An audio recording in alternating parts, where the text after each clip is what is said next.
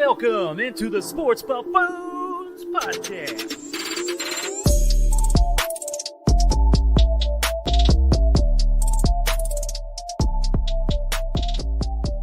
Yo, let's get going out there, ladies and gentlemen, boys and girls of the world. Welcome on in once again, back again. Thank God we are back again to the Sports Buffoon Studios here out of Lenexa, Kansas, of course. We got the full gosh darn group. In fact, I'm glad it's all three of us back once again here on Wednesday night with you guys.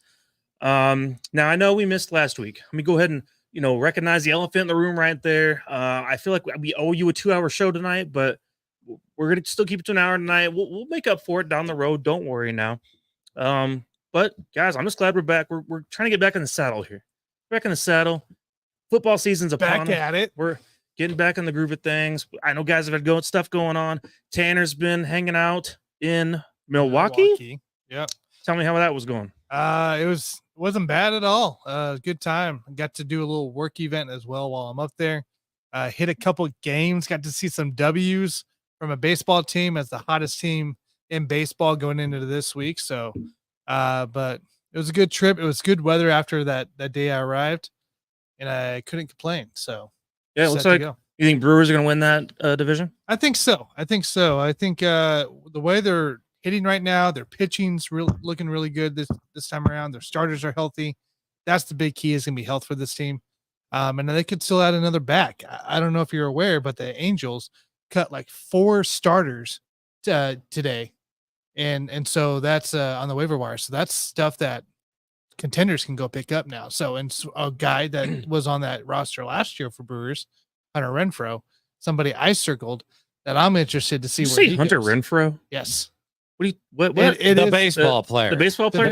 There's a baseball player named Hunter Renfroe? Yes. Correct. Okay. Well, continue. I know you're. I'm like, what? Yes. So I'm circling that guy. He's a big hitter there, and they could use some bats still. But I mean, there's a few guys off that Angels roster that I'm just curious now. Like, that's 3 guys that contenders could get. So, but I like their chances this year if they can continue the momentum. All right. So that's where Tanner was at last week. Jason JD to my left. How you doing, man? I've never felt better, man. This is it's the end of sober month, and so it's probably one of the best days of my life because I can have a little Corona or maybe like a sissy drink of some sort. I don't know. You got to ease it back in a little bit. Yeah, you got to go slow. You don't really want to go back in full fledged like you were before. You got to slowly work your way back in if you're gonna have a couple drinks. So what are you sipping on today? Maker's Mark. Oh yeah, boom, easy peasy, baby. And before that was low ABV. The way I ease back into it is with Imperial Stouts, but it was only an 8%er. So that's how you got to ease back in. That's the low stuff. Yeah, anything lower than that might as well be water. Yeah, ease in with the sissy drinks, and then you can go hardcore eventually. Yeah, that's right. That's right. Tanner, you got some Waterloo sparkling water going on. Sparkling water, keeping it light. I got a Gatorade Zero. So I'm being a good boy, of course, until this weekend, as you guys all know out there. So anyways, just excited to be here at the moment with the full-on group right here. But we have a lot to talk about today. Obviously, we got Chiefs news, Chiefs opinions going on right now. We are going to have a full-fledged PPR mock draft for you guys here in the back half of the show, so stay tuned. Here in the next 30 minutes, we'll be getting into that for a bit. We'll be using Sleeper, your favorite draft app, right, Tanner? It's one of the easiest. Tell you that much. Gotcha. Way easier than a lot of the stuff we use. Looking forward to it. We're not going to be using our true draft picks, by the way. We will just be diving in, and because we have our draft coming up Sunday night. Correct. We don't want to give away anything that's going to tell the other. Again, there's nothing to give away because we have keepers and we have traded draft picks. So what you think might go on in this draft, it's not going to matter come our draft. So just remember that. Not wrong at all. All right, guys. So obviously the final 53-man roster is now set right now at the moment. Yesterday was cuts, had to be taken down from 90 to 53 all in one gosh darn day. And the Chiefs got some things done. Not only did they get some things done, but they made some maneuvering along the way in the form of trades and just picking up other guys who other teams had maybe dropped off, thinking that they would, go nowhere. We did see, obviously, that we are at the point right now where Chris Jones is no longer a Chief at the moment. He's been placed on the reserved, did not report list. He's not a part of the 53 right now. So the Chiefs went ahead and made a trade with the, of all teams, Las Vegas Raiders Yeah. for Neil Harris, former LSU defensive tackle, the Wait. guy that I liked a lot. Or sorry, Neil Farrell. There we go. My bad. No, I don't know why I said Harris. I mean, you're talking about Neil Harris. Darius Was Harris, it- who got was I cut by thinking the of Darius Raiders. Harris? Oh, I think that's where I was coming from. With Yeah, that. he got cut. So Neil Farrell from LSU, defensive tackle, well known as a run stopper. He's a guy I liked quite a bit last year in the draft. Raiders took him in the 4th round. Chiefs gave up a 6th round to grab him add him to the roster, but then put Danny Shelton onto the practice squad. correct. So it's kind of a good maneuver there to get a guy who has a similar skill set but a lot younger to be a part of this roster right now. But guys, just looking at what we saw overall with the cuts, I mean, we have some surprises in mind. I mean, we go down the list and some of the waived players. Joshua Kando was one of the guys the Chiefs gave up on. The Chiefs basically said at this point, He's on the practice squad, I'm pretty sure. Right? nope. Did he not make it? We went ahead and said, good luck somewhere else. Missed that. So Okay. Joshua Kando will be off the roster going forward. I think the big one for me is Shane Buechele. And we've essentially, I wish I had Beach's part of that from the press conference, but he said this is a departure. That's a departure for This is Shane a Buechele. departure. I'm a little surprised too because he's been a developmental prospect as a backup quarterback for the Chiefs.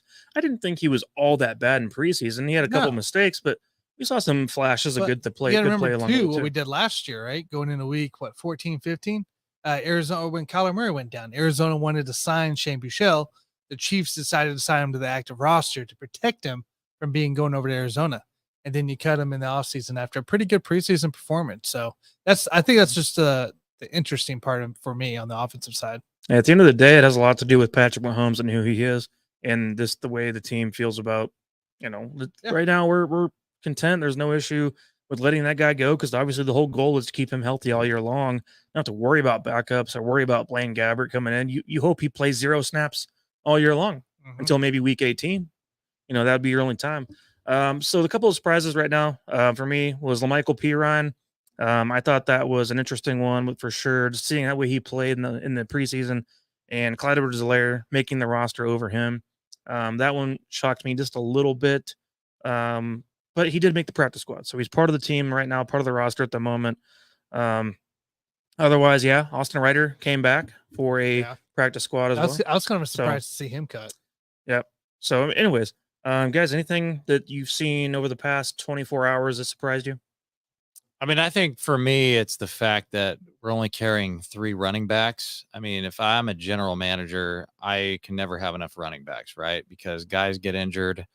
It's kind of a physical, brutal position, and guys get hurt all the time. So I would have preferred that they carry 4 running backs. And I'm with you. I was surprised that they cut LaMichael Pirine and kept CEH. I understand why they did it, because you've got guys like, CEH and Justin Watson. They have experience with the offense. They know the playbook. So I understand why they did it, but I feel like Pirine did enough for me to earn a roster spot. And I would have liked to have seen a few more running back, at least one more running back on the roster. Yeah, the only thing I'll add to what you said about the running backs there and carrying 3, obviously the Chiefs kept 7 wide receivers this year for the first time in Andy Reid's tenure as a Chief. Now, obviously, that's for good reasoning. We have an awesome plethora of receivers right now on this roster, and I'm glad with every single one of those guys we kept. Obviously, we traded away Amir Smith-Marset to the Panthers, who is now the slot receiver behind Adam Thielen. So he's going to have himself a little shot out there in Carolina with a rookie quarterback if he ever gets a chance to come on up and get some playing time. On this current roster, though, he just wasn't going to get it. But my point is, the reason Chiefs might keep 3 running backs, if we have this attitude across the league that, running backs are a dime a dozen and we're not going to pay you, you're not worth anything, then same can be said for keeping too many on a roster at the same time, is that, why carry 4 when we know we can just grab a guy off the street or grab a Kareem Hunt who's sitting there, haven't signed with anybody yet, and just throw him out there and you're going to get the same production as you might get from your RB2. And so that's the only thing I would say in reference to that, is that the way we treat running backs right now is that they're all the same, but at the same time we need more depth, but you can't go both ways. I think that would be great. I mean, in theory, you could grab a guy like Kareem Hunt, except for the fact that that's not going to happen because the Chiefs organization is holding a grudge against him. But I do understand your point. I mean, I get it, but I'm not concerned about 3 running backs on the roster. You had 2 in the practice squad. Call up either one. If anybody gets hurt, not a worry. Not a worry. Generic Prince is sitting there. So, of course, if an injury was to happen to anybody at that point, Prince can come right up and be part of the roster. Ryan and Prince are sitting right there in the practice squad. Absolutely. You're okay. And that's what the practice squads are used for. Are you surprised, like, by the Chiefs keeping, defensively here, Cam Jones, undrafted free agent from Indiana? I am, actually. I mean, this guy obviously made his name well known within the team to go out there and keep a guy like him on the roster, guy that really was not talked about hardly at all throughout the preseason or training camp for that matter. And we already have an awesome linebacking group. Yeah. I mean, and you kept Jack Cochran as well. Of course, Cochran's a great special teamer, which Cam Jones will be too. Yeah. But I mean, the linebacker right now, you got Willie Gay, of course, Nick Bolton, Leo Chenal, Drew Tranquil. Mm-hmm. I was going to think maybe 5 linebackers, but they really felt the need. No, we got to hold on to Cam Jones. Something special is there with this guy. That's a Tobe move right there. That is a Dave Tobe. Hey, we got somebody that can play a little bit both ways, provide some depth behind everybody too. Like you said, Chanel kind of got banged up a little bit on the final preseason game. So, that was going to surprise the move to see Cochran and Jones, but I understand where that is. BJ Thompson is another defensive guy that, a lot of people questioned going in after that pick. But he's sitting here on the roster and he's he's going to be a big special teamers guy. Well, he's going to be developmental in a lot of ways because obviously we talked about Kando being off the roster now. Mm-hmm. BJ Thompson's basically going to be the exact same type of prospect that Kando was when he came into the league, but it looks so far like he's more natural at playing defensive end than Kando was. I think we saw Kando as just this awesome, long, lanky, tall, long arm kind of guy that could make an impact on defensive end, but never really was a true football player that could make an impact on the team on the field. I think we saw in preseason enough to where we could say, okay, we could see why BJ Thompson would be a part of this and, kind of go from there and try to develop that kind of guy because he's not going to get a lot of playing time this year, especially on your full-time starting defense. Even though we rotate guys in, he's not going to see the field much, but he's going to be one of those guys that I think maybe going into year 2, the Chiefs are going to go, okay, now what are you made of now? Let's see if we can use all that, athletic body build to put to good use at some point. Right. And then the moves made today, Darius Rush, former first round, or was it first round or no? He was a 5th round pick. 5th round pick. There you go. Yeah. Colts defensive back. You kept Matt Dickerson off the defensive tackle, which came from Atlanta, a guy that I thought was cuttable anyways, because by the time you get some of these guys back, but I mean, kind of a why not move, but does that put any concern into Snead's health potentially going to week 1? No, I don't think it has anything to do with that. I'd be so surprised. Brett Veach did talk today, obviously, about L'Jarius Sneed and some of the other guys right now that are battling these minor injuries. To me, I think what they saw was with Darius Rush was that they probably had him graded higher than a lot of other teams did. Mm-hmm. This guy is 6'2", 198, exact same size and build as a Jalen Watson and Joshua Williams, 2 guys that were drafted last year. Also runs a 4.36 40-yard dash.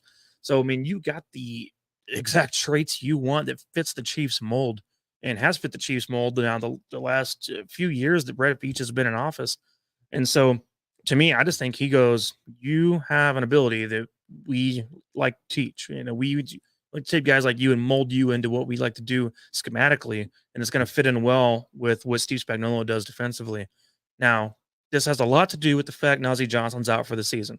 Yes. So the Chiefs saw a lot of potential in Najee Johnson, and we were at the camp that he got injured, of course, during the rainstorm. When it rains, it pours, and that's how it was that day for us going out there and seeing all that, which we didn't see the injury because it happened the next play once they moved indoors, which tells me that storm was bad luck. That storm had the devil written all over it. Because if that storm member came by, I bet he would never been injured in the first place. Just kind of the butterfly effect of how things go. Right. But no, Darius Rush, I'm interested to see how he works out with the team at this point. Nick Jones obviously has a finger injury right now, but it's not going to require surgery. That's a good thing. And so that's the thing right now the Chiefs are looking at. So, anyways, there's nothing wrong with adding guys that are athletic freaks to the roster. And Veach mentioned that he'll be adding probably in the next couple of days too. We'll probably see more changes within the roster. So, which is nothing new for Chiefs fans as we go about this phase in this point. Let me ask you guys this here. Defensive side, defensive line particularly, right? You got Karloftis, Noddy, Kershawn Wharton, Mike Dana for your starting right now. Yeah, Felix, Coburn, Matt Dickerson is gone, so Farrell, Hearing, Malik, BJ Thompson as your guys is on the defensive line. Week 6 comes around. Charles Omenihu comes back. Chris Jones comes back week 1. I mean, I think who you letting go? Yeah, that's a good question right there. I think one of the great things about that scenario we were talking about right now is that we can figure out who's worthy of keeping a roster spot as the year goes on, given the situation we're in, given the situation that Chris Jones might not come back till sometime midseason, Right. and given that we know Hugh will come back, obviously, coming up after week 6. At that point, I mean, if you're looking at BJ Thompson, that's not made an impact or anything, or just not doing anything on the field, then you could see him being demoted down to the practice squad, get another guy moved off, something like that. I mean, even in Cam Jones. Sure, and Cam Jones. Got that kind of depth there. There's options there. You don't have to remove a defensive end or defensive tackle for that matter. But at the same time, you're going to have to at some point because right now, Chris Jones does not count towards the 53. Yep. Charles Omenihu does not count towards the 53. So there will be guys that are going to get demoted as the season goes on. I will say I'm excited for Charles Omenihu though because what I saw in preseason, this guy can play inside and out, and he's going to be. You're putting him, Farrell, and Jones together. That's kind of a nice little group. I mean, he's going to be a really good player. He's awesome. On top of Coburn, becomes anything what Saunders was towards last year, right? Yeah. Even Saunders' first year was a little bit of a slow start, so it took time to develop. So do you guys think this Neil Farrell trade, is this our vet move of the year? You know how we always get, we have Melvin Ingram, and then was it Dunlap last year? This is our vet move for this defense. I mean, how much of a vet is he? He had 12 tackles last year for the Raiders. It's not a guy you can say he's a vet experienced type of guy. I wouldn't say that. I mean, it's this guy that has a lot to prove in this league, but the Chiefs liked him so much in the draft last year that he went in the 4th round with the Raiders. Chiefs would have taken him in the round after that. Absolutely. To give up a 6th round pick to go up and grab him at this point. Obviously the Raiders don't find a need for him at this point, but in the Chiefs' mind right now, we're going into the season assuming we're going to go at least 6 to 7 weeks without Chris Jones. Why would we think anything else?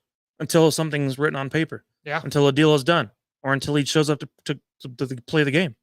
Why would you think anything else? You got to prepare yourself for what you currently have on this roster. And that's why a move like that was made, because you need to have a run stopper on this team. And he can fit into that mold. Derek Noddy has been on this team for a long time too. Hopefully he can step up and make some plays too.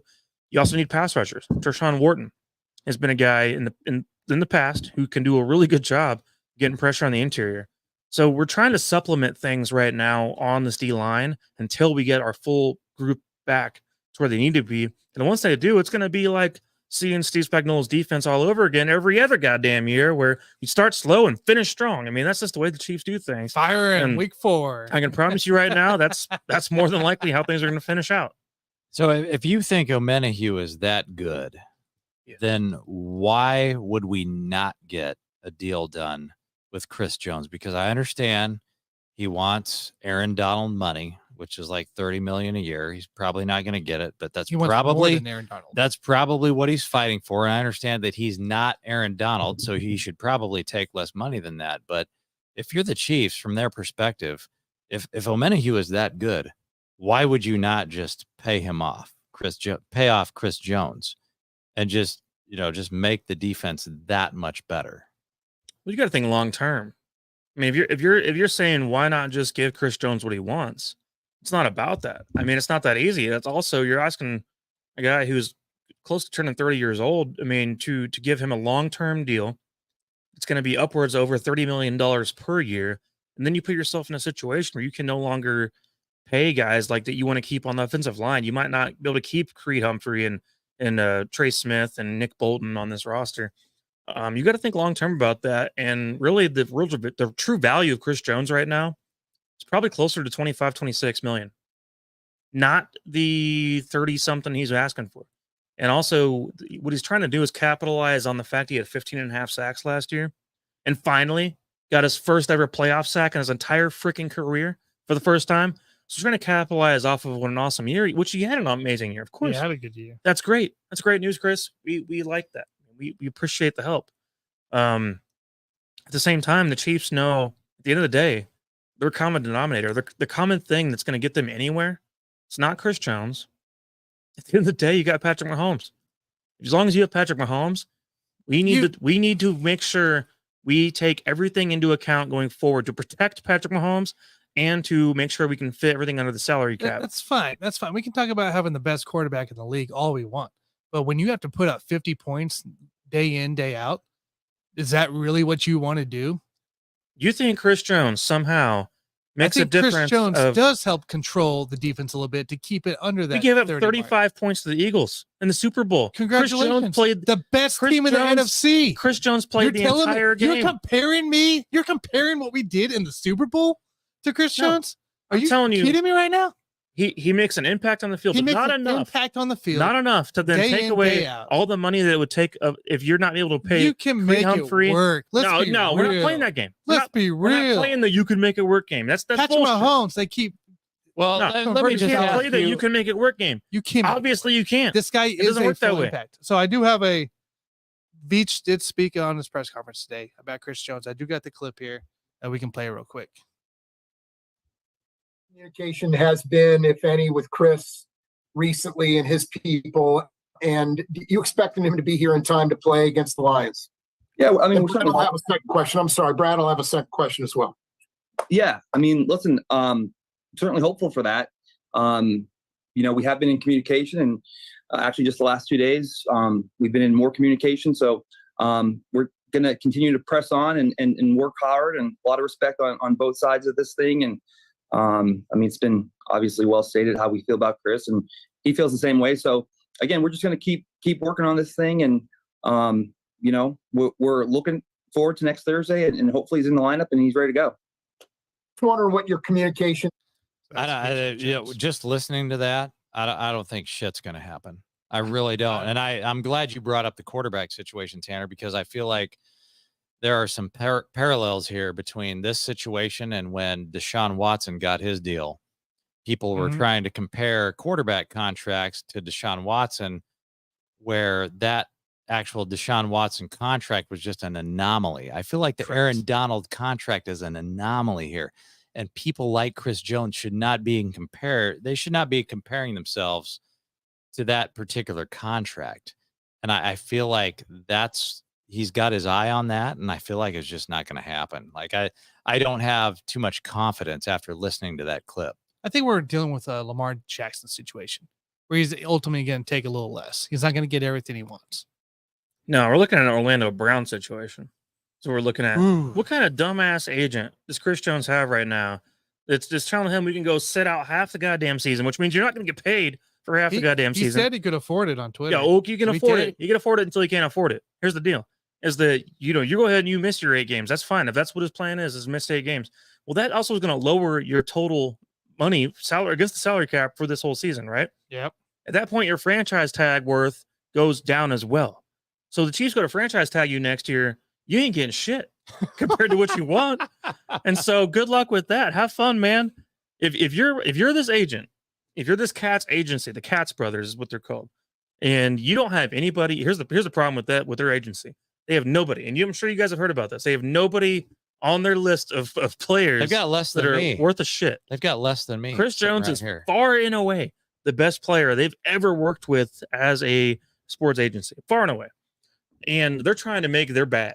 At the end of the day, the Cats are going, shit, this is our one chance to make something happen. Let's go big or go home, baby. So yeah, you said that. Let me give you the quick list here of who's on the Katz Brothers Sports Agency. So think about the advice between Le'Veon Bell, who's giving advice to Chris Jones. That's a brutal. So your small list. It's a small list. T.Y. Hilton. Yeah, Chris Jones. Keith Kirkwood, Jordan Mason, San Francisco. Brian Pringle, Chandon Sullivan, Olamide Zaccheaus. What? It's not a very good track record if you want to know the truth. sounds But to me like good luck the with that. sports agency is not made shit so far in their career. Hey, he was out Mm. cleaning. Was it? He There- went to Gates. It was like giving out food and stuff. No, like now that, what right? if this is the little side twist? Byron Pringles who recommended him to Chris Jones. Oh wow. What if that's the deal at the end of the day? What a shit. Pringles show the one that was. recommended Cass to Chris Oh Jones. my! Because whenever they did their last contract in 2020, I do not believe it was the Katz brothers. I believe it was a different agency at that time. And Chris Jones is now going into his third contract. It's going to look a little different. You know, I got pissed when you first No brought up openings. Le'Veon Bell, but I mean, now that you've said that, like I'm scared shitless, man. Like they're gonna ruin this guy's fucking career. They will.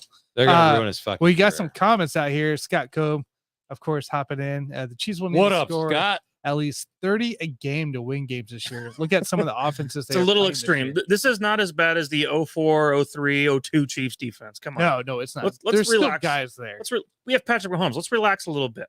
Dave Mahomes? says you can't turn this into a Rams and live in cap hell as Donald did for a guy turning 30 when his next contract comes up. Fair enough there. Bell became $14 million poor due to his following his own advice. And he mentioned it too. He regretted it. And I think Brett Veach is one of those guys, he took over for John Dorsey. John Dorsey at the time got a lot of shit for giving out bad contracts. I mean, we paid Justin Houston, right? Yeah. A big old deal, didn't we? Justin Houston, after that point, right down the shitter. I mean, I'm saying based off of what he did the previous year. Correct. He had 22 and a half goddamn sacks. And so, he basically tied the record of Michael Strahan. And then wanted a big deal after that. We paid him. Well, going forward after that, he never hit double digits again for the Chiefs or anybody else for that matter. Anybody else? And so it's nothing against Justin Houston. It's just the matter of the business, the matter of, making the smart choices. And Chris Jones is one of those guys right now. He's 29 right now, about to turn 30 coming up this next season. Brett Veach is looking at this going, I don't want to be the idiot GM who keeps tying us up in all these issues when it comes to cap structuring and handing out these huge ass contracts.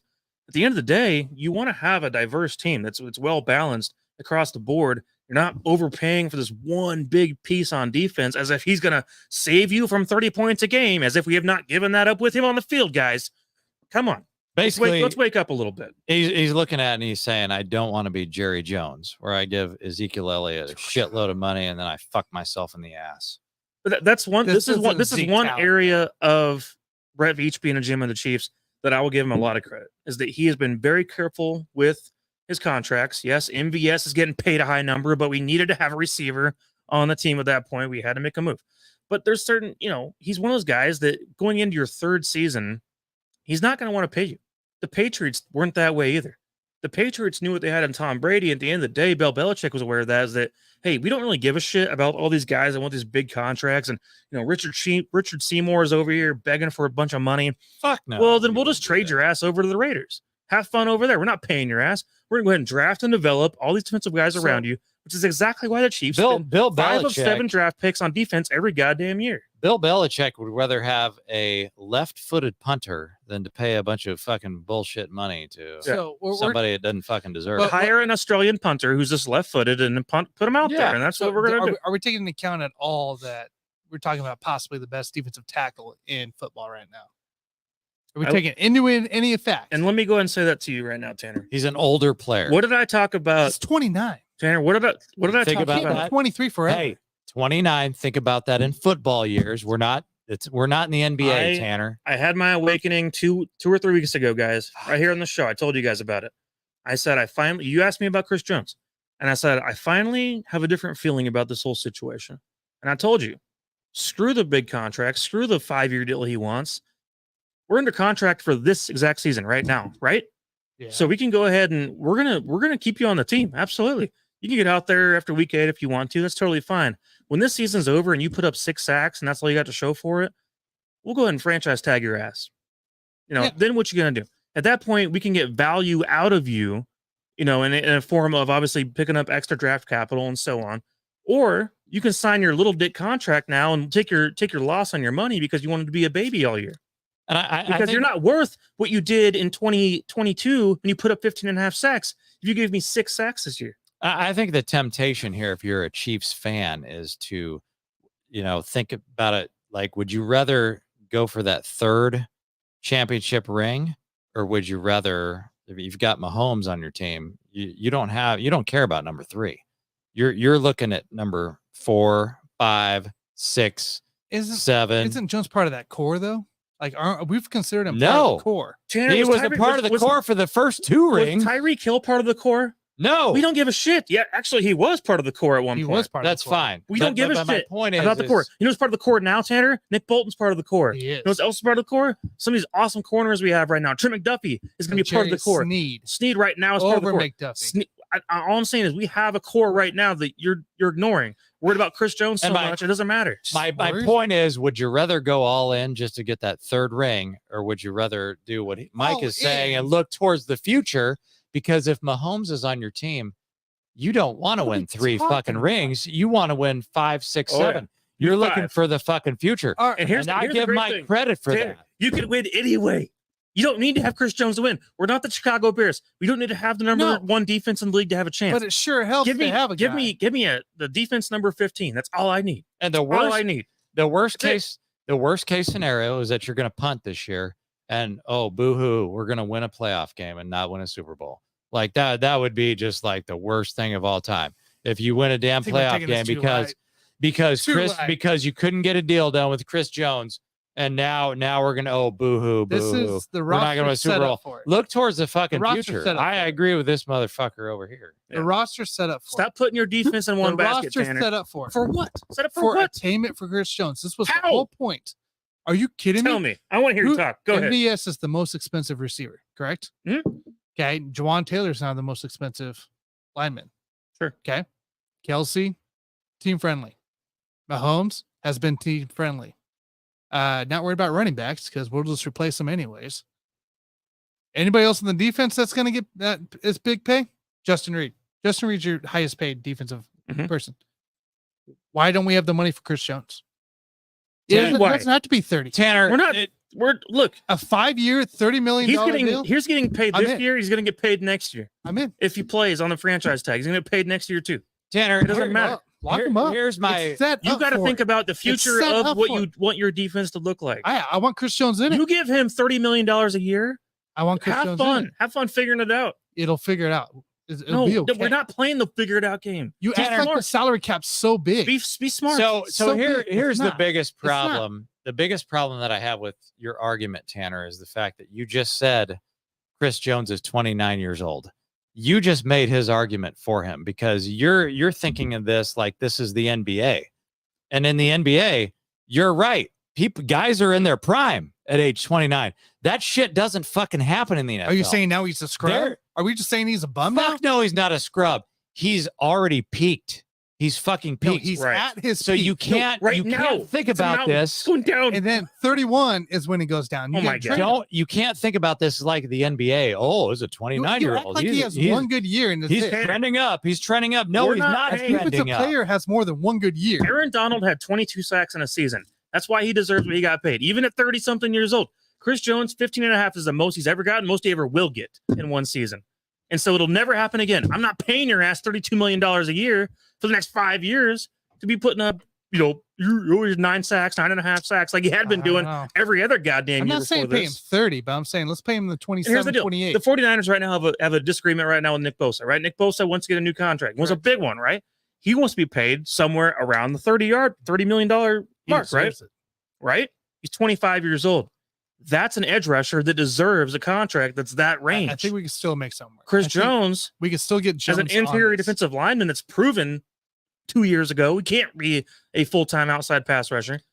So we're does not deserve $30-something million a year. Here, the defensive tackles are the running backs of the equation.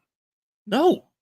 Is that it's what not we're the saying? same thing. Well, then I'm lost here. It's not the same thing at all. That's not what he's saying. Like old defensive tackles are the running backs when they've already peaked. Now, here's the thing. There is positional value that takes into account. Absolutely. Positional value takes into account. I'm not saying defensive tackles are unvaluable. We're sitting here trusting Noddy and Morton and Coburn and Farrell. No, but I'm not for the future. You're not. You're trusting him for right now. We want to think about the future. Okay. I care about the future. Right. Like that's how he's sold. Let's not handicap ourselves over a defensive tackle who's begging for more money than he's worth So let's to get locked into a long-term I deal just think when we have the advantage as a team. again, I'm not trying to beat a dead horse here, but I think Tanner has the NBA mentality No, where he no, thinks no. these guys are going to fucking play forever, no. and they're not. Give me They're 3 going to solid start. years. They're going to start to solid trend years. down. That's what it'll be. Give me, Gary. Let me. Who has more leverage? Who has more leverage after 3 weeks? If we're Chiefs do. 0-3. Tanner, we're not For going to be 0-3. Who has more leverage? I The just want to Chiefs. know. The Chiefs. Still the Chiefs. The Chiefs. The Chiefs have more leverage if they go 0-3 because they have Okay. Patrick Mahomes on their That's fucking all I'm team, saying. and they only Yeah. care about the future. That's all I'm asking. Freaking 0-3. What's wrong with you? I don't think we will. Oh, you're getting scared. I can see it in your eyes. I'm a little Tanner. worried about our I can see the games. fear in your eyes. Hey, bet the over on the Chiefs game if Chris Jones is in. I can tell you that much. Because they're gonna have to freaking slant it down the field. Good Lord. I can't I wait for just this. hope that he doesn't devalue himself when he Oh, shows up in he week should. 7, week 8, or whenever the fuck he's going to show up, because he's not going to be in football shape. So at that point, you've devalued yourself for your next contract, I just whether it's hope, with the Chiefs or somebody else. we can remember back when the Chiefs played the Titans a few years ago, and we had Mike Pennell on the defense. And when Mike Pennell was on the defense on the interior, he was our top run-stopping defensive tackle. Pennell. And it didn't matter if Chris Jones was there or not. We stuffed Derrick Henry in the games that mattered. Chris Jones or Pat Mahomes is like what 6-2 with Chris Jones on the field. So Yes. I don't know. Maybe it'll work out. Tanner, It you just makes me a little you were worried. putting too much emphasis on when this we- one particular when- defensive player, Just when we as if, talk about as if he's the end-all, be-all of everything we ever when you have have the been. best defensive tackle This in is- your hand. This is not Derek Thomas. When you have the best defensive tackle No. in your hand. No, I just go with think this is we not a need- Derek Thomas situation, Tanner. the bottom line for me is we need to get away from this mentality where, as a 100%. Chiefs fan, if we don't win the Super Bowl this year, my life is over. My life is coming to an end. Right. You've got to get away from that fucking mentality and think about the future. So are we just Because you're going to have fucking Mahomes for who knows how long. so are we Next just 12 giving up? years at Yeah, least. 12 fucking 1 years. year without the Super Bowl? No, I want Super Bowl every year. It's expectation. Okay, well, you put all your eggs in one basket with Chris Jones. Guess what? Super Bowl. Your future is now fucked. No, it's not. Guys, Yes, it's it will not. be. It's not. Well, You can no longer pay your Snead, Nick Bolton, all those other guys. Guess what? Have fun with your defensive tackle. Woo! Guess what? 2 years ago, you didn't even make it to the fucking Super Bowl. How What did do you- that fucking work what do you out? think Worked out Snead's pretty gonna well, want? didn't it? The following year, you Think won the Snead's fucking just gonna Super be like, Bowl. yeah, give me 5 years, two Well, million. All I can say What is, are you talking about? good luck keeping the guys around him whenever he's the only freaking piece you have in your whole team. I want to get younger. That's what I'm about. I want to get younger. And you know what we I can do want- to get younger, Jason?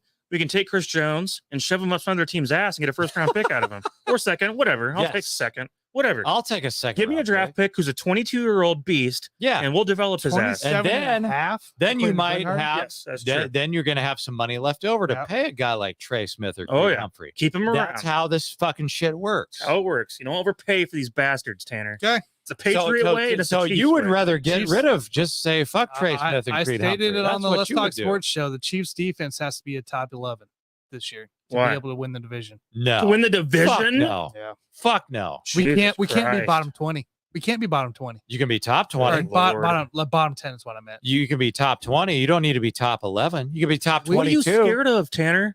You're Our scared of the rush. Raiders? No, I'm scared of No, getting you in the said side. in the division. They're going to be top 11 to I'm just win saying, the division. We could collapse pretty quick without a defense rush. So I don't trust Felix. What as team much are you yet. afraid of?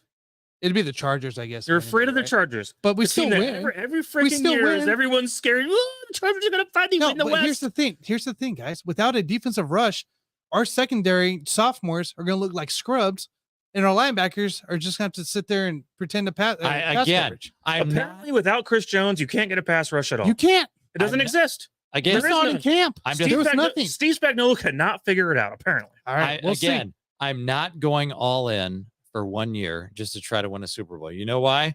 Because the Rams fucking did that Not shit. going in all Now, one year. you We're tell me talking how the one fucking- player. Tell me how the Rams One look right now. player. The Rams look like one shit. player. Yes. You're The not. hey, You're not buying six. The Rams are going to players win at 5 30 million. Rams are going to win apiece. 5 games, Tanner. I am not 5 games. Six players for 30 mil plus is what you bought on the Rams.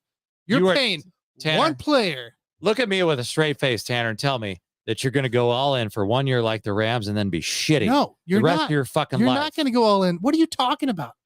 You act like we got Jalen Ramsey on the hook. We got because you're going to get a shitty contract we're on gonna the get books Patrick for who knows Surtain how long. Jr. Like, What, dude? That's Yeah. so dumb. All the You're dead cap You're money. talking about like we I got. can't wait for all the dead cap money down Why the don't I road. just make you? I want to make We're Tanner gonna the walk into GM of year the three. Chiefs. Year 3 of this contract. Let's he's just dead fire- cap out the ass. I want to fire Brett Beach and make Tanner the GM of the Chiefs and This see how is many so fucking confusing. how No. I want to see how many half dozen or dozen shitty ass fucking contracts can I get on the books. Tanner's sentimental. If that motherfucker right there is the GM for the you Chiefs, got to keep that, guys that's you a like. great fucking. I want to do that fucking shit right 3. there. I'm just still confused here. Why are we mentioning the Rams? We don't have 6 superstars. I'm just saying that's the debate. That's not the debate. Do you There's want to no go debate. all in? Do you want to go all in for Patrick Mahomes' 3rd ring, Oh, my or do you want to look at the future where we could potentially get 4 or 5 or 6? here's the thing. 7 There's no rings? debate. My whole guys. point There's is no that we debate. can still have Chris That's the Jones. debate. Chris Jones' prime is this year and next year. And after that, it's going to be about over, right? That's if you're lucky. We have the rights to Chris It may Jones. not be Lucky. 2 years. We have the rights to Chris Jones for this year while he's 29, next year while he's 30 if we want, or we could trade him away at his peak. I'm not have the right feeling for the this 2 guy. year. As I'm long as not we feeling got the Jones 2 year this shit. year, What would be the I point? think we'll have to deal with What would be the point in having him under contract that was 34? I think he's already peaked, and you're lucky if he gets you one more solid year, Wow. because that's how it works in the NFL. Wow. Players get old Tanner, faster I than think- they do. I'll go with Chris And Jones I- this you year. know, As long as honestly, he's playing Tanner, this year. I respect you because you and I go back and forth on this NBA shit, but I'm It's just not telling you, NBA related. the dude. NFL guys get older much faster than they do in the NBA, so it's a completely different mindset. I had nothing else. I'm not going to talk to you. Think of it guys. this way, Tanner. I just saw Richard Sherman. Oh God. Like, do you think Richard Sherman is an old bum? Yeah. He is sitting across from Skip Bayless now. That's how fast He's guys get past old. the age of 32. Listen to me. This is how fast. Chris Jones wants a contract till he's 34. Perfect. Dude. This is how fast. Make it team friendly in the back end. This is how fast players that get hard. old in the NFL. Shermanator, part of the Legion of Boom, is now sitting across from Skip Bayless. Yeah. Old bum. Okay. I want you to rethink that Chris Jones shit. He's going to be out of the league in 5 No. years. 5 fucking years. Well, he's going to be out of the He's league. not going to be out of the league. Carlos Yeah. Dunlap Yes, still he in the will. league. He might be the league, but they'll give you 3 sacks. That's what it's going to be. It's going to be a 3-sack season for Chris Jones. Sell high, Tanner. I'm going to give you some investment advice. I don't care if you're talking about cryptocurrency. I don't care if you're talking about NFL, NBA, fucking gambling, whatever the fuck. I want you to sell high. You want to sell high. Right. Chris Jones has a fuckload of value See, right here now. we go. Okay? Sure. Get rid of the fucker. Right here. Scott asked real quick here. Tanner, let me ask those guys if Mahomes throws for 350, 4 touchdowns, and lose the game by giving up 38 points. These two will still sit there that we don't need Jones. We saw that in 2018 and 2019. Guess what? We won the Super Bowl after that in 2019. 2018, this team, what did we finish with 12 wins that season? Just saying. We're just fine. Okay. And Patrick Mahomes is fully capable as well. So do we not So- want Chris Jones at all this season? I never said that. Just asking. I'm asking JP. So, okay. I- I've already told you guys what I want to do. I know what you want. Here's- I know what okay. you want to do. So Oh, here's JG. the answer. Here's the answer. I know what you want me to say. You want me to say, like, Mike, get rid of the fucker. I'm not going to say that. Here's the correct answer. I will keep him for $27.5 million. Nothing more. Okay. I like That's that. the number. I like that. And you guys know I'm a numbers guy. It's $27.5 million. I'm not giving him fucking Aaron Donald money. That shit's not going to happen. You mean the 1 year everybody- Aaron Donald money? Dude, everybody in the world knows. Everybody in the world knows it's not going to fucking happen. So let's just be honest here. Here's your 27.5, maybe 28 million if you're lucky. Take it or leave it. If you leave it, get the fuck out. Thank you for your help with our fucking Super Bowl rings and all that bullshit. But peace. Right. And here's the thing: the Chiefs know that. Patriots knew that back with Tom Brady too, when they let Richard Seymour walk away. Yeah, and traded his that's ass to the fine. Raiders right before the season began. Which I'm not saying we should do that, but they capitalized on his value at that time. They got a first-round pick out of a 29-year-old Richard Seymour. Hey, man. And if I give him $27.5 million right now, if I'm Chris Jones, dude, you should take that as a compliment. All right. That's your value. You are worth it. We will give you every penny. But stop. First of all, get rid of these fucking agents. Oh, yeah, I don't know what the fuck they're God. talking about. They're morons. They're gonna screw you over, dude. That big Well, time. they already are. And they screwed him over, but that's the number. And just take it, man. That's a lot of money. Here's the I thing. understand the government takes half. We all get that, right? You're only going to take home Those agents aren't losing a dime 5 million, right? of Chris Jones right now. It's So- all Chris Jones losing money right now. Those agents, Oh, the yeah. Tex brothers, lose Oh, shit. nothing on that. Oh yeah, They only I have know. something to gain, and Yeah. yet his ass is listening to him. And dude, They've also mentioned Richard Sherman sucked the last 2 years before he retired anyway. So I'm just saying, just to add that in there. don't these guys are people think we're talking about a lot of money. Uncle Sam takes half of that bullshit. Okay, so it's not as much as you think it is. and If you get to a point and you're in Chris Jones's shoes and you're giving away game checks every single fucking week for 7 or 8 weeks, like it's worse than it sounds, guys, Mhm. because half of those fucking paychecks go to the government. And so I hope they will sign the deal for 27.5 million. or Your just boy show up. JG Just show up. put the official number out there, 27.5. Yes, I'm a buyer. I'm a buyer on that shit. For 5 or 4. There's that whole different argument. That's a different. I mean, There's a horse piece. I'm just going for per year. I mean, Okay. yeah, I'm not going to give him 5 years. Fuck no, I'm not Yeah, doing that yeah. shit. But that's not even an argument. Yeah, I'm not interested at all. Hey, really. At this point. honestly, if somebody wants to give him 5 for 29 million, like if the Bears want to do that shit, fuck them. More power to you. Was man. that sign and trade? Or More it's power not. to It's you. not sign and trade. It's just a trade. The Bears, You could do- have all yeah, the you fucking could do cap that. space. That's why I thought they should sign Jonathan Taylor. Well, But maybe they want Chris trade Jones. and I don't extend know. is what it would Trade be. and extend. Would There you be go. for the Bears, but The Bears have I'm- a lot of fucking cap space. I'm in dude. favor of keeping him this year and letting him rot if he wants to, and go Let ahead him and sit rot. out- sit at your games, Let lose your him money rot, dude. like a moron, and you come back and get your 6 sacks to finish out the season. Probably get 0 once again in the playoffs like you normally do, and then go to the offseason, and then your value now all of a sudden is dude, dog shit. it's- Quinton Williams now makes more than you do, you bum. Yeah. I mean, fuck me. This is a bad situation because if he sits out until week 7, week 8, and comes back out of shape and injures his cock, like I'm gonna feel so sorry for the guy. I'm gonna feel Why? bad for the. I'm gonna feel This is bad for his the. choice. No, it was his fucking dipshit agent's What- choice. You can't make your own goddamn choices as a person. You can. Yes, but your, I'm just agent, saying, your like, agent helps direct you in certain directions. I a get lot that. of these Chris Jones, agents. unless he's just a total dumbass, you make your own choices, man. I agree with you, but a lot of these agents are con artists. And when they con you into being a part of their team, this is the type of shit that you have to put up with. And so I'm going to feel sorry for Chris Jones if he shows up out of football shape, injures his cock, all on behalf of these fucking dipshit agents that he signed up with. in football shape, we just mean by hitting, right? Not showing up Zeke fat or anything. Huh? Just No, the hitting aspect. no. You can be in perfect shape. Yeah, That's You what can- I'm saying. Like football shapes, like coming in and Football shape is different than just Correct. being Okay, like, okay, I'm just oh, I'm a making sure. fucking, my Like- cardio is like we're not talking about like amazing Zeke right now. coming in or anything like that. No, I'm not talking Okay, about okay, fat okay, ass Zeke. Okay, I don't think any of us think Chris Jones is like a fat ass right Okay, now or cool. anything. that's why I'll make sure. I'm just making sure. You can be in pristine condition. Yeah, Okay. right. You can do your own conditioning. It Yeah. does not matter. It is not football. Correct. It is nowhere near football shape. Yeah, I know plenty of guys that run every day that pop in Achilles at the second they walked out on the field in an actual game. And you can do that shit in basketball to a certain extent, but you can't do that shit in football. Well, Scott wants us to bring back the towel argument about whether or not you, how often you. I've been rotating it. Okay. So here's I went 2 what weeks happened without with washing that. mine. Hot damn. The bottom line is when you're on this show, you have to practice what you preach, right? So I was making up a bunch of bullshit when we first had this conversation, but then I just wanted to do kind of an experiment and see, well, what would happen if I started rotating this shit, never washed it. So we take baths and showers pretty much every fucking day. I've been on a rotation, my wife and I, of 2 towels for about a week and a half now. Mhm. But I don't feel the need to wash them. Like they're still white. And by the way, White towels. I use, they're white towels, Okay. dude. That's a part of the experiment.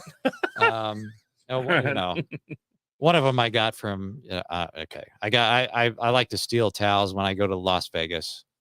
So like you to collect towels I from the think it's different toilet hotels. paper, not towels. No, fuck that. You take towels? No, because they're embroidered. You go to Vegas, they put the Oh yeah. the casino is embroidered on the towel. So my wife and I, we like to steal that shit. Anyway, that's a different story.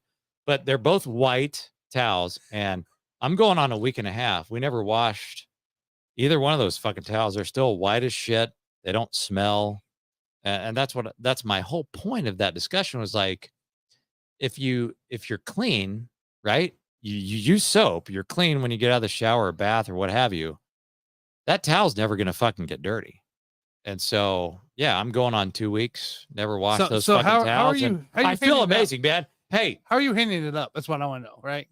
Because a lot of times you got to be worried about mold. never more on than top. So anything. I got 2 towels. I don't hang them on top of each other, so that you got to hang it separately.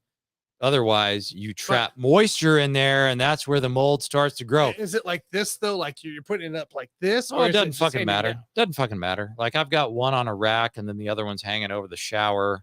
Okay. But they get a That chance part. to dry out, right?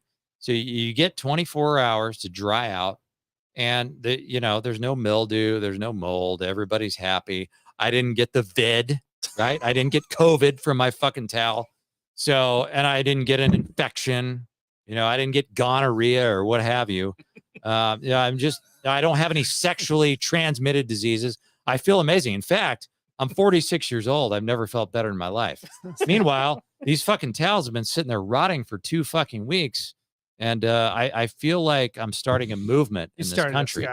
I'm starting a movement in the United States of America. Don't fucking wash your towels every fucking day. At one point, now we're like, talking you don't have about to do that fucking bullshit. banning certain stoves in America now. Now, what do you think about how about we come out with something here in the news pretty soon where people need to start telling you need to start reusing your towel at least 3 times minimum to reduce the just the usage of too much washer dryer usage. It's going to over time help the environment at some point. So here's the most important thing I can give to you guys right now.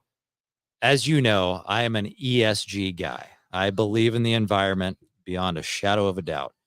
The best way that you can support the environment and not have to watch all these fucking hurricanes that are on TV. I was watching it today. There's hurricanes all over the place. The best way that you can affect the environment right now is to just reduce the amount of, Water times. consumption? Well, it's water consumption, but you got to throw the towels in the dryer. Oh yeah. Right? So you're using electricity. You hang them outside on a all clip? that shit. You should hang dry everything, man. That's what Just I mean. hang dry everything. So I want to reduce, electricity use, all this fucking water, fossil fuels, all that shit, because that's the best way that you can reduce all these fucking hurricanes that we're seeing on TV right now. And I was literally like, it was difficult for me to prep for this show because I saw all these hurricanes and it made me sad. Yeah. Because I was like, why don't people take the environment seriously? And but I'm glad you brought this up, this shit about the washing of the towels. Don't wash your fucking towels, man.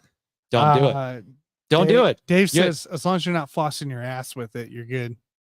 Yeah. And like, honestly, guys, when I go to Vegas, every time I go to Vegas, like they're trying to conserve water, right? Because they're in the desert. Yeah. And they're like, if you don't need to wash your towels, just don't put them on the floor. Right. And so that's a big thing in Las Vegas. They don't want to wash your towels every fucking day because they know that it helps the environment. And that's what we're here for. Right. It's what I've always been here for on this show. Right. Scott That's says great. JG needs to do a TikTok video of proper towel etiquette. We might have to, Scott. That's a loaded question. we still have a mock draft to get to, man. But JG, do you at least Scott's going next week. I'll give you a teaser. I'll give you a teaser with that. I'm not going to give him the full answer. I'll give you a little teaser. So, wipe your balls, but not your ass with that fucking towel. That white towel, because if you wipe your ass, it probably might turn a little bit brown. So you've been to Vegas not too long ago, I believe, right? Twice a year. I go to Vegas two times a year every fucking year. Scott's going next week. Any recommendations for him to hit next week? I mean, it depends on what game he wants to play. I mean, I think he's going for a fantasy football draft or some kind of fantasy football thing. Which casino would be my next question? Or what location, I suppose, because There's a lot going on out there. There's just, I mean, there's sports books everywhere. I mean, if you're not into the table games or slots and all that shit, just find the best sports book out there. I mean, Mandalay Bay was traditionally, dating all the way back to the 90s, was the best sports book. I was there a couple of months ago, and it's amazing. I do like the sports book at Mandalay Bay, but nowadays you go to Vegas, you can find a great sports book anywhere. Oh yeah.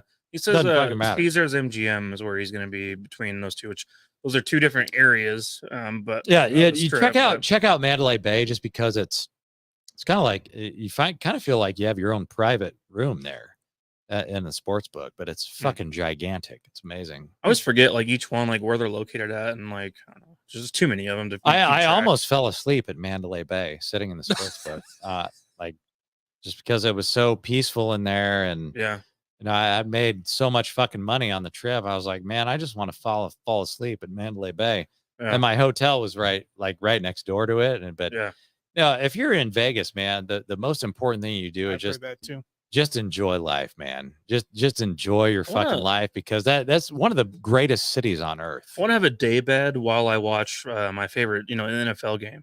Bed? Give me a day bed while I'm watching an NFL game. Beds, okay, you definitely want to go to Mandalay Bay because you're going to get a day bed by their 11 or 12 swimming pools, or however the fuck many swimming pools they have now. That's where I stayed a couple of months ago. I stayed at Mandalay Bay in the Delano. And they've got like 12 swimming pools out there, and a wave pool and a lazy river and, a giant fucking sports book. I mean, that's where you want to go for the day bed, because you can just sit out by the pool. Just they've got the fucking day beds next to the fucking swimming I know you pool. normally don't go to the north end of the strip as much, but Circa has stadium seating in their sports book, which is pretty cool. It's one giant ass screen. I don't know how many feet tall it is, but Circus? No, not Circus. Circa. Oh, is what this is called. Okay. So I know you don't normally go to that area, that end of the strip, I suppose. But it's a stadium seating sports book. It's just one humongous or multiple humongous screens. And it just goes up and so you got to pay to be there though. You got to pay to have a seat, having a seat. So I have nothing to say about the Circa. It could be amazing. I will tell you one place on the north end to stay away from. That is Resorts World.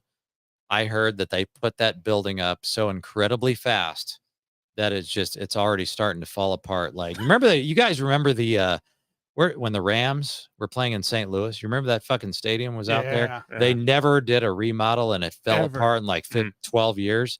That's the Resorts World. They built it too fast, and it's only been there for 3 years, and the rooms are already starting to fall apart.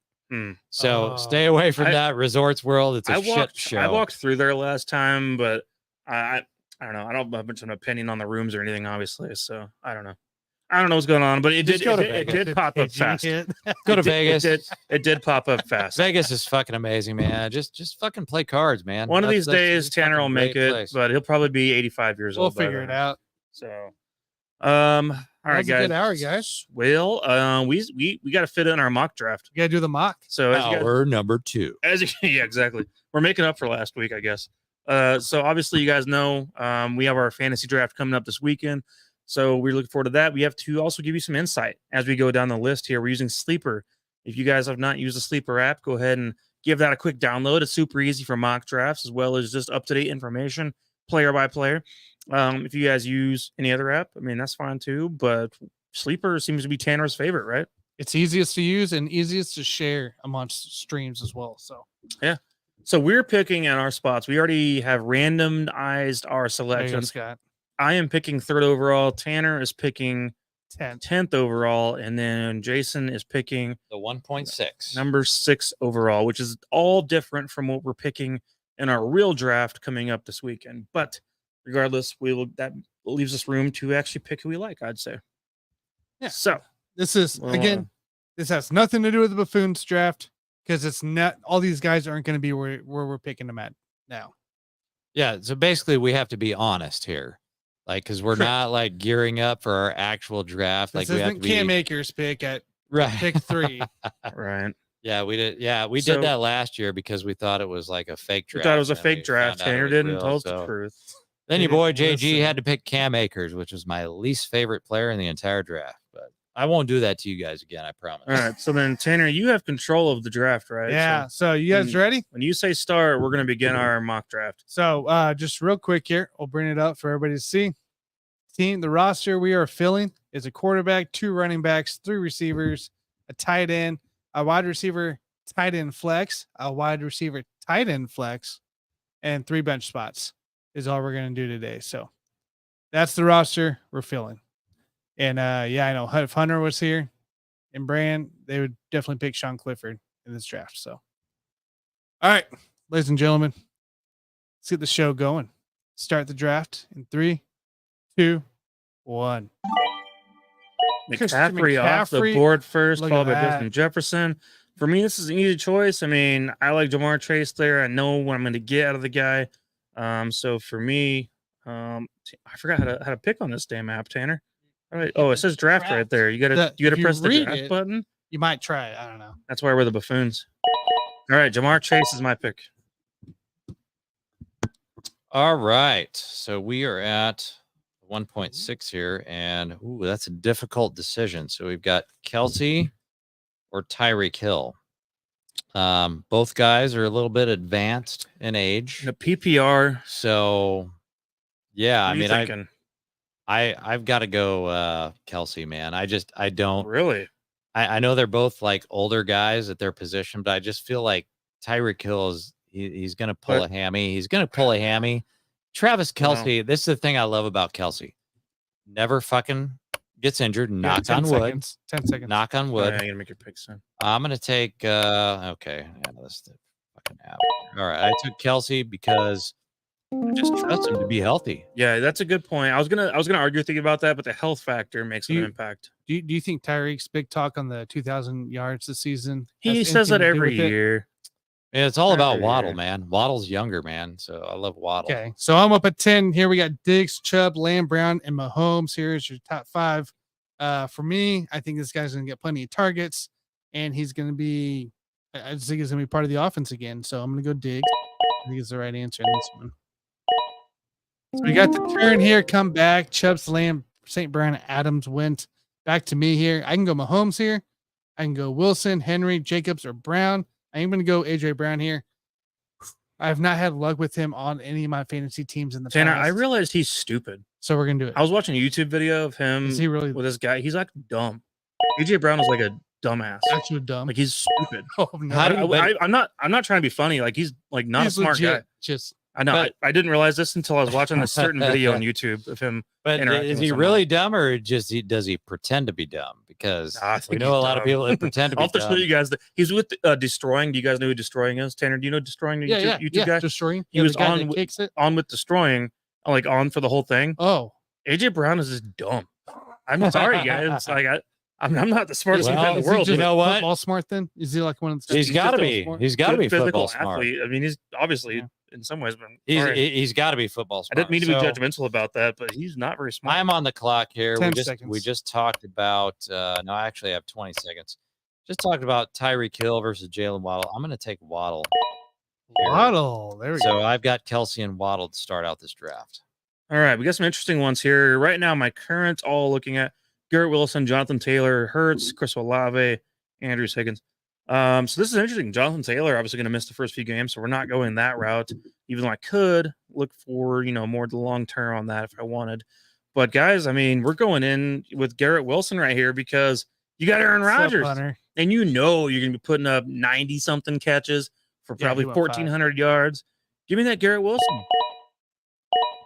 All right, you got the turn coming back to Mike here for All the right. 3rd round pick. Which, funny enough, Jonathan Taylor's still on the JT, board. baby. Still on the board. You guys know I love JT, but Gonna miss 4 fucking games. Do you love him that yeah, much? He's already out 4 games, and we don't know where he's going to end up either. If he gets traded or He's not, going to still Miami, dude. possibility. He's going to Miami. Bank on that shit. But you guys know how I am. You know I'm RB0 all the time. That's what I do. RB0, baby. That's Here what I we do go. with my time and my life is RB0 every gosh darn time. Oh, he's going Devontae Smith. I guarantee you.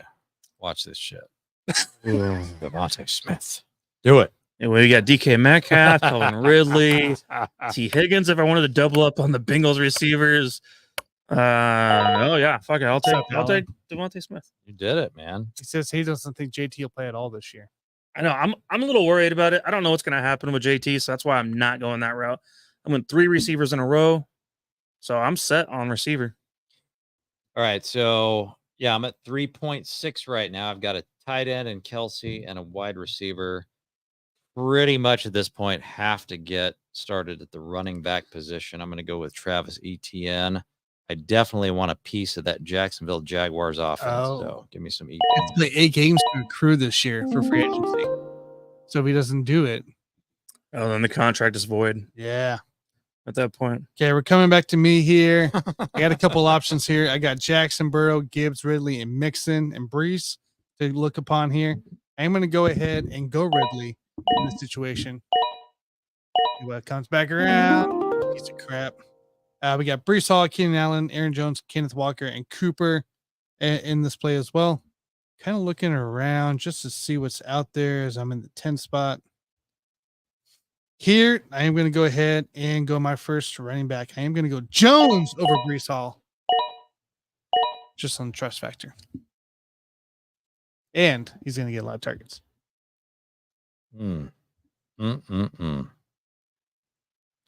So I feel like I need to get another running back. So I've got Damian Pierce sitting there. So do I want to get my second running back or do I want to go best player on the board? It's tempting to go with Justin Fields or Justin Herbert, but I've got to practice what I preach here, which is to not fuck with the quarterbacks early. So Damian Pierce is probably the best running back on the board at this point, and I'm at 4.7. So I'm going to take Damian Pierce. Interesting. All right, heading up to Mike. All right, guys. I love where I'm at right now on this draft. I mean, looking at what I got my receivers taken care of for a while. I don't have to worry about them for a bit. Quarterbacks wise, I see a guy right now that's going to throw over 5,000 yards. So I'm going to go ahead and take Justin Fields Justin Herbert off the board right now. now. He got me.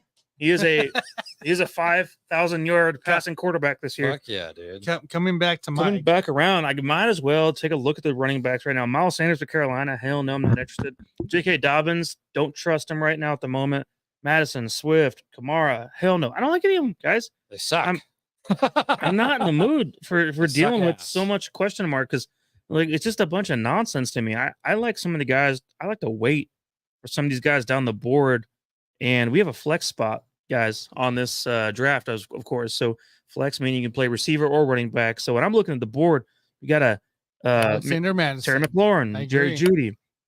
Oh no, Judy sucks. I'm taking me a DJ Moore who's going to get all the targets over there for the Bears. All right, So, we're up to JG. All right, guys. So I told you my strategy. You've got to let the quarterbacks fall. But in this particular case, I am not going to let the quarterback fall because I got Trevor Lawrence sitting right here. So in most cases, yeah, you want to get your quarterback late, but Trevor Lawrence is going to fucking explode this year. So I'm going to take Trevor Lawrence at the 5.6. which, by the way, in our league is my keeper. That is for your free. It's free, by the way. So yeah, I'm trying to get some updated news here on Judy.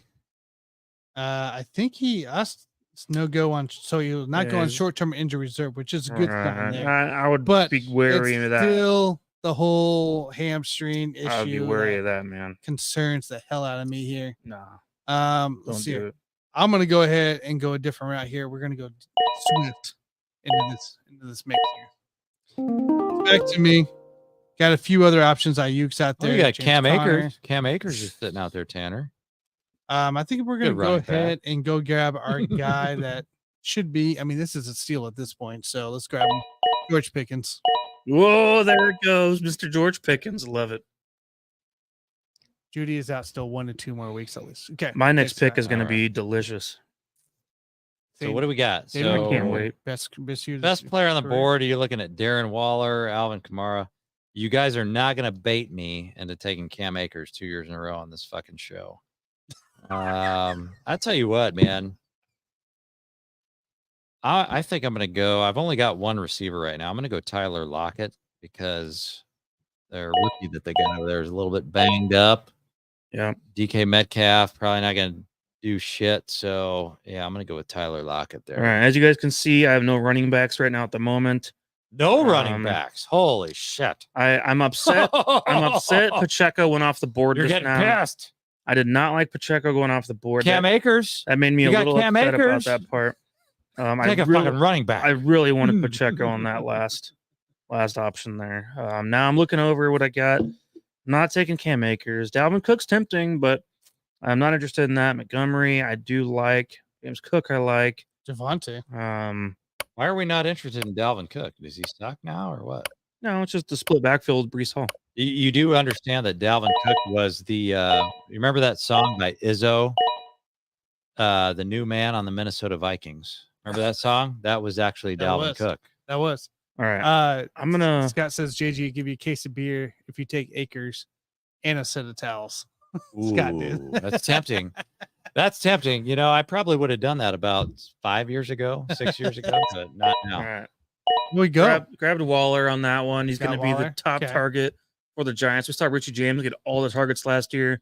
Waller being their top target now is going to be the move. All right. So, gosh, what am I at here? I'm at the 7.6. My boy James Cook is on the board. Well, that's a no-brainer. Go with This thing goes James off. Cook. Blow up this year. Jackson Smith, Nick Jigba. Jigba. See, I learned. Jigba. See, I normally would go Ingram here, but Jason decided to steal my quarterback, so I don't have that complimentary. Yeah, I honestly, and Jigba is the guy that injured his cock, and that's why I took Tyler Lockett a little bit sooner than I normally would. Have you ever had a fractured cock? Because, I mean, it takes time to heal, but once you're back in action, you can go all night. I'm going to go ahead and go. Yeah, It numbs it up a little bit. You're fine again. So I got my two flex out of the way here. Let's see here. Look at my roster. real Mike, quick. I think it's the thing that makes your cock perform faster once you break it is ivermectin. Is that not true? Oh, That's what I heard. The Yeah. horse, Well, is that horse semen or is it horse food or something to do with horses? you just inject it straight into your scrotum. Okay. So the ivermectin cures a broken cock. It can. Absolutely. Yeah. Try it out. think You here, got to do it internally. here's a tough Well, one. I've here. never had a broken cock, and hopefully I don't. I think ever here do I'm going to that. go ahead Yeah, and it's not a I'll think fun about time. it. If I ever have break my cock, I'm going to think about the ivermectin. we're going to go Zay Flowers. Zay Flowers here. This pick. So now I've already got a bench player. All right, dude. So I'm pretty much set. Like I've got 3 running backs, 2 receivers. I got Kelsey. I'm pretty much just looking for the best player available here. So, what do we got? What do we want to do here? We're in a full point PPR. I'm going to go ahead and take at the 8.7 Antonio Gibson. I had a feeling, Scott. So I got 4 fucking running backs, All right. 2 I wide want- receivers, I won, Allen. quarterback, and a tight end. Fuck them. I am happy with this. So Gibson went off the board, which you took him. I'll take Brian Robinson because have why to. would I not? And guys, Split backfield there. you got to keep an eye on this shit because in my mocks that I've been doing, nobody drafts. Nobody drafts these running backs from the Washington football team. No, they don't. They've been falling to like the 10th, 11th, 12th round, what have you. You got to be prepared for that shit. Because one of them or both of them might fucking blow up. Right? All right. Now I'm looking down the board, running backs right now. I've told you guys in the past how I think Bijan is not going to put up the numbers he's projected to put up right now, this coming season. You did. But on this certain situation, I'll take a risk. I have to take a risk going when you go 0 RB, you got to take a You're risk. going all the way down? No, I'm not going all the way down. I'm going Rashad Penny Ooh, that's a risk. because it is a risk. It's That's a risk. It is a big risk, guys. I understand it's a big risk. It's not my favorite pick I've ever made, but I mean, I'll make the pick when I he need was to. third on the depth chart the other day. I'm saying let's give it some time. All right, guys. So I've got 2 receivers and 4 running backs. So I am going to go ahead and take at the 9.6 my 3rd wide receiver, Elijah Moore of the Cleveland Browns. Good pick. You know, if fucking Deshaun Watson explodes this year, that's probably where all the fucking balls are going to, or Elijah Moore. All right, we got to get some running backs in this. So let's go ahead and go out. Let's grab Cousins. Just turn around. Come back my way here. Samaje is going to get a little more work The than piss ant. the piss and Yeah, he probably will. All right, what do we got? JG's here? on the What do we got? board. What do we got? Ooh, we're getting late here. What's this rec flex on here? Let's see. 40 seconds. All right. Not a whole lot to choose from here. Fuck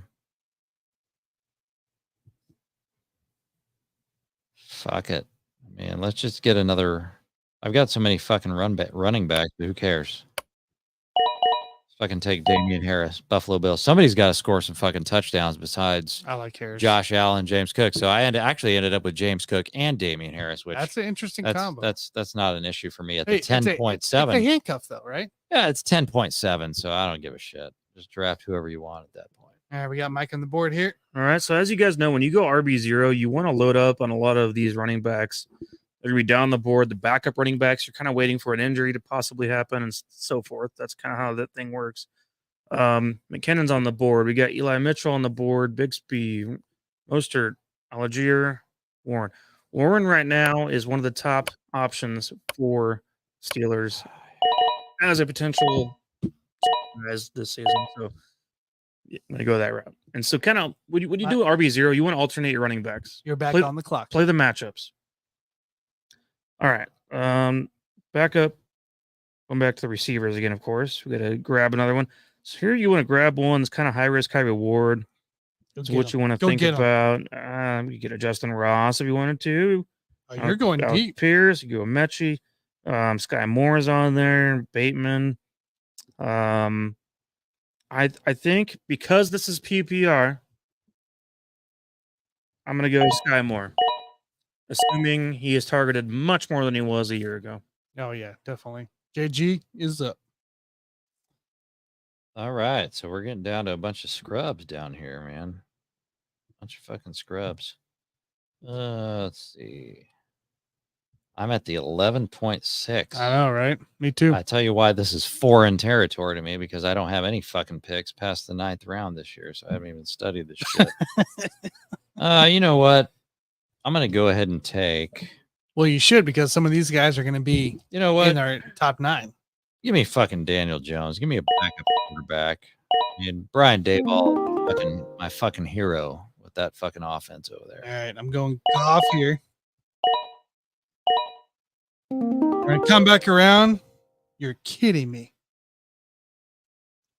Laporta went right before Goff. What a Laporta's a stud, man.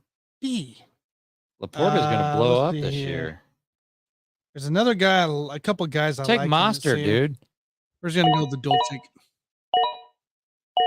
Dolchik. All right, what do we got here? JG. Is this final pick. are we in the we're in the last round? Okay. Yeah.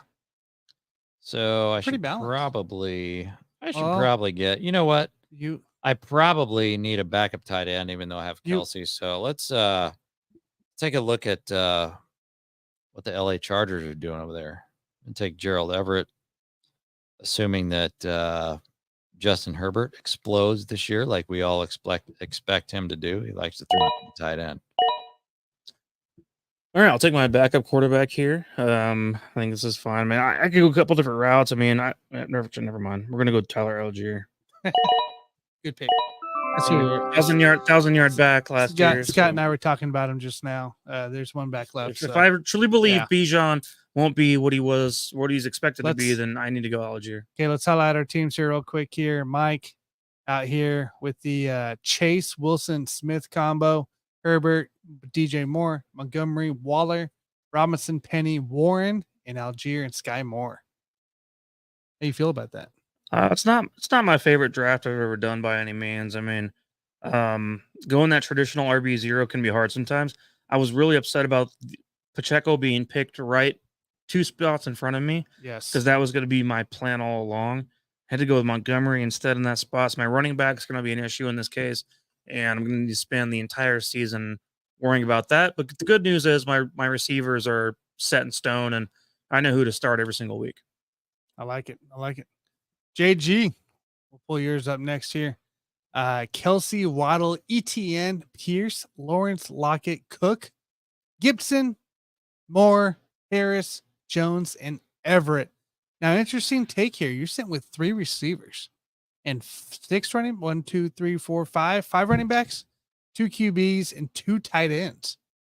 Yeah, I feel like this was a great exercise for me personally because we all know that this is not how my real draft is going to pan out. But it's good to be able to see, what does my team look like if I just really want to take the best player available, which is what you should always do, guys out there. Don't overthink your shit. Like, you're already prepared for your draft position, or you should be, which I am. But in this particular case, completely different draft position, and I'm okay with it. Like, obviously, full point PPR, I do not want to end up with 3 fucking wide receivers. Like, that's bullshit. If I was prepping for this, as my actual draft, I might do it a little bit differently. But I like it's a good little fucking team there. Yeah, like, it's a good little fucking team. To your credit here, your running backs outside of Damian Harris, you do got PPR capable running backs in that too.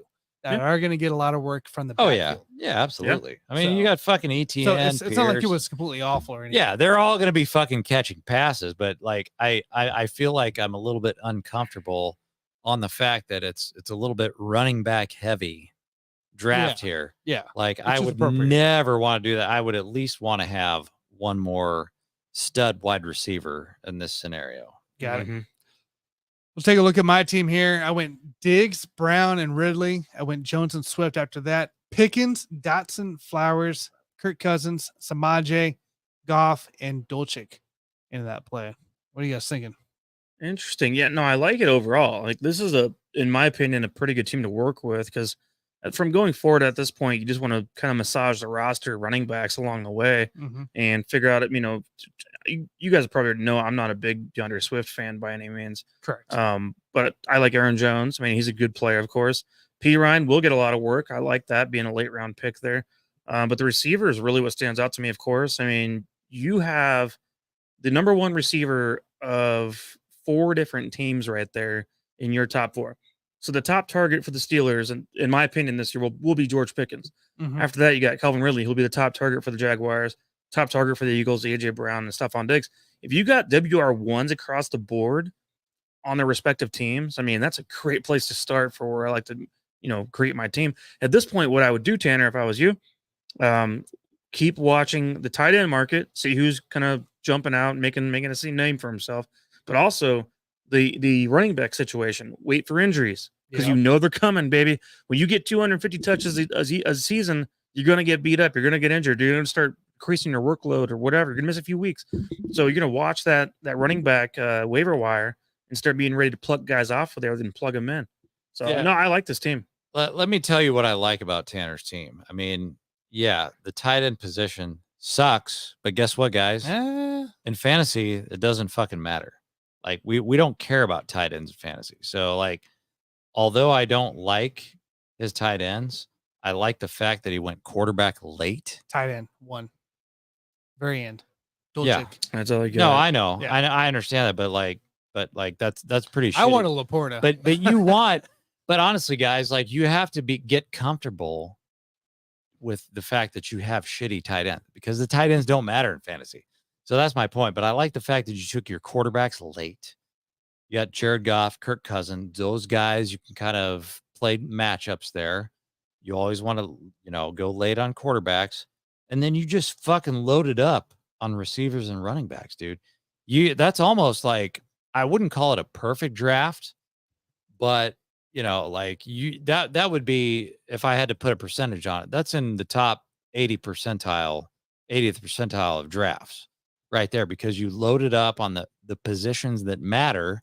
You waited on quarterback, and you didn't give a fuck about tight end, which is, if you're not getting Kelsey, then you shouldn't give a fuck about tight ends in your If draft. we could somehow just replace, in my opinion, Swift with Pacheco, and that be your running backs, Jones, Pacheco, and then from there on, everything else is the same.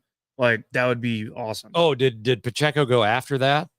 He went. He went after that. He went on the he bad did side. go after that. Yes. Yeah, I mean, yeah, I totally agree with that. It's kind of a thing where do you think DeAndre Swift is going to be healthy or not? And if he is, then yeah, I mean, I can make a case for DeAndre Swift over Pacheco. I'll take Pacheco over Swift personally. Yes. Yeah, no, I totally agree with you. That's Other fair. than that was a great fucking draft. Appreciate it. Hey, that was a fun one. Scott says, Tanner forgot to tell you guys you just dropped the Buffoons leak. Whatever. Don't get them started. Don't get them started. Scott says, I would not have taken Penny and would have taken any other back. And that, which is I mean, fair. and that's the thing. And what Scott said there, Oh, our yeah, Hunter. draft on Sunday is going to be so weird and wacky. Oh, it's gonna we be never nuts. know what's going to happen. So like, That's for you, Hunter. we're going to walk into this thing and it's going to be a mess. And that's So, the thing that you have to be prepared for at all times is do you have a dipshit in your draft? Do you have multiple do you have multiple dipshits drafting with you? you guys think we You have to be at prepared for that fucking shit. least two? And if you're not prepared for it, then you're probably going to get fucked in the ass. Wow. All right then. I thought Gay Pride Month was in June. It was, but I've got, it's spilling over into these latter months of the year. All right. It happens. All right. Well, I'm glad we were able to fit that in there for a bit, guys. This episode ran a little long, but we owed you one. It's actually no more than from last week. normal. No, it is a little more than it's hour 25. All right, it's like 10 minutes longer. 15. Well, no, we try to do an hour normally. But we missed a show last week for the first time in quite a while, actually. Missed a show. We did miss a show. All of us were up to something, especially you two. But we're back again. We're hopefully back and here to stay throughout the whole NFL goddamn season because I don't like it when we miss shows at all. Am I going to be able to bully you guys to make our draft go live this Sunday? Oh, people don't want to see us go live on Sunday. Like in the real draft? Yeah. Are you gonna be able to put it on the screen? Well, like I'll have the the board up. It's gonna take 2 hours. I'll have the board up, right? Oh, you'd be surprised. No one wants to see us do a 2-hour real draft of our league. Mike, you would be surprised on how long certain people watch fantasy drafts. So like I'd put the board up just like I did, and then I'd have a little tiny screen of because I'm gonna be right here drafting, and then I'll put our little party we have together. I don't know. Wow. Maybe I can bully you on it. I don't know. We'll see. Maybe. I don't know. I feel like our buffoon league is going to be a little bit of a mess, but Most important It's up to thing you. is that we did not do an easy money You sure bet alive. segment this week. I want to get back to that next week. We are back on it next week. yeah. It is next We're- week. That's the most Oh, important that's thing true. you can do. Week We one. could be back. Week Easy one. money. And this is where we count how much fucking money we have, which, if you want to make easy money on this fucking show, we do an easy money bet segment every fucking week, except this week because we had more important things to do. Well, Right. there's But we're gonna nothing bring it really back going on. next week. So next week is our easy money. Well, you bet. could have bet on ping pong. Isn't that still going on, Tanner? Yeah. I bet on ping pong. What was it? 12 weeks ago? You I beat had a free Mike, bet. too? I had a free bet on DraftKings and I put it on ping Oh, pong. speaking of which, I got a free Now I bet lost on- my fucking ass, but that's neither here nor I there. got a free The bet most on important college thing is that I had a great time doing it. We try to be smart bettors around here and Make fucking not money. all decisions are always the best. I but appreciate you, Jason. You reminded me of my college football bet. I'm Make some fucking money. That's what we're about on this. Tanner's got fucking a free show. college football bet that he's doing right now. So that's what's going on at the moment. So anyways, guys, I'm just glad you guys all hung out with us for a while and got to see us rant about Chris Jones and the Chiefs and obviously our mock draft. Not the most ideal mock draft from my end. JG probably could take a few things back. Mhm. Tanner seemed to like his overall. liked it. So Tanner's was pretty good. but here's the thing: in the real draft we have haircut this weekend, you got all the picks, so you should have no problem at all. Yes, I am basically going all in. I'm going all in for one Hey, season, yeah. so we'll see what happens. You want an easy bunny bet? Go bet the spread on Florida Gators. Cam Rising is not playing, unlikely to start. That means that's trouble for Utah. All right then, Is that Todd Reesing? You, Is that who you're talking about? yeah. Todd Reesing? Yeah. bet $1,000 on that shit, man. That's Bet why like that's why we 25. don't talk about college football on this Well, show. guess what? Easy Money Bets is coming back. Tanner's college football As of picks. next week, so get ready for the easy money I bets. just bet it. Gators spread going at it for tomorrow. All right, guys. Well, thank you all so much for hanging out and all that. We will be back once again soon again with you guys, and I hope you all have an awesome rest of your week and weekend because football is upon us. It's Finally, here. it's here. It's It's been here. a long ass wait. It still feels Oh, like it's the good middle of Lord, goddamn Lord. summer all the time. It's here. hot as hell outside normally. But regardless, football's here. That's what matters the most. So, JG's count his money, but I'll see y'all on his next one. Outro.